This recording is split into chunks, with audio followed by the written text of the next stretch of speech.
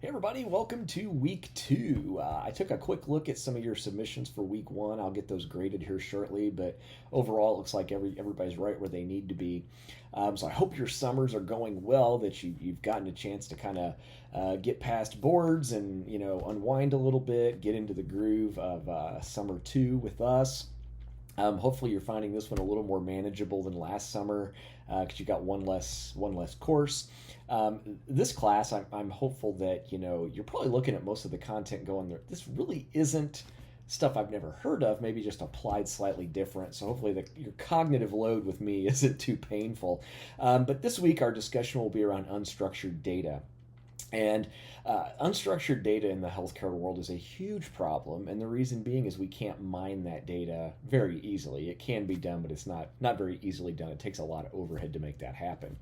Let me give you a spoiler. In the physician world, in the healthcare world, where we see the most unstructured data is in like physician progress notes, right? So this goes back in time to when physicians used to sit down with a paper chart and a pen, and they would write that narrative. Patient presents with blah, blah, blah, blah, blah, blah, blah, blah, blah. It's a great way to get a lot of detail about your patient.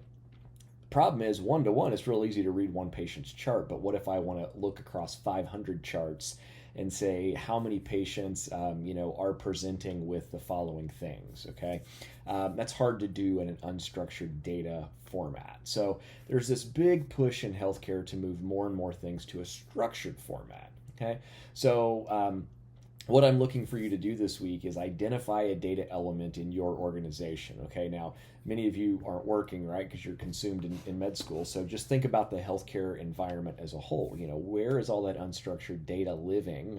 Just told you the biggest one, right? And how do we move that into a structured element? Okay, is there a risk to doing so? I can tell you with physician progress notes, when I sit down with physicians and say, no, don't type all this out, click the check boxes, they're like, yeah, I can't do that. Why do they say that? Most dangerous phrase in business, because we've always done it this way.